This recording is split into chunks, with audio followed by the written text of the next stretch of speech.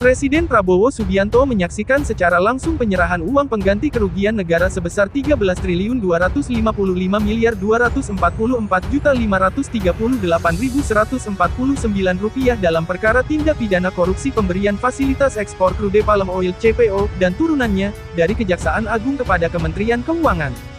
Acara tersebut digelar di Gedung Utama Kompleks Kejaksaan Agung RI, Jakarta, pada Senin, tanggal 20 Oktober tahun 2025.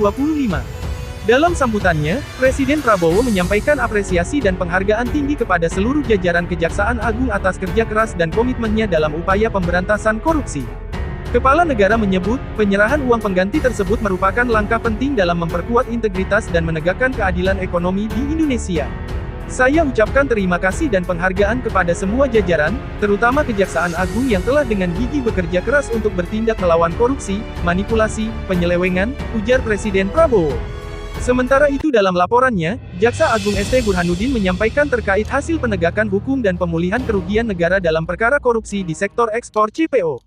Ia menegaskan bahwa perkara ini melibatkan sejumlah korporasi besar, yaitu Wilmar Group, Musim Mas Group, dan Permata Hijau Group, dengan total kerugian perekonomian negara mencapai 17 triliun rupiah.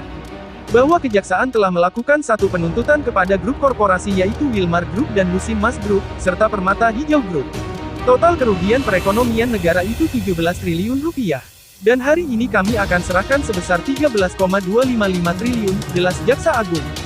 Lebih lanjut, Jaksa Agung memaparkan bahwa masih terdapat selisih sekitar 4,4 triliun rupiah yang akan dibayarkan melalui mekanisme penundaan dengan jaminan aset perusahaan. Jaksa Agung pun menegaskan bahwa langkah Kejaksaan Agung dalam memulihkan kerugian negara merupakan bagian dari upaya menegakkan keadilan ekonomi demi kesejahteraan masyarakat. Kejaksaan dalam mengungkap pemulihan kerugian negara merupakan suatu wujud upaya Kejaksaan dalam menegakkan keadilan ekonomi yang semuanya ditujukan hanya untuk kemakmuran rakyat, ujar Jaksa Agung.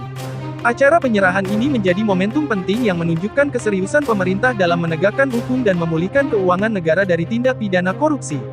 Turut hadir dalam acara tersebut diantaranya adalah Menteri Pertahanan Safri Samsudin, Menteri Keuangan Purbaya Yudi Sadewa, Menteri Sekretaris Negara Prasetyo Hadi, Jaksa Agung ST Burhanuddin, Panglima TNI Jenderal Agus Subianto, Sekretaris Kabinet Teddy Indra Wijaya, dan Kepala BPKP Muhammad Yusuf Atek.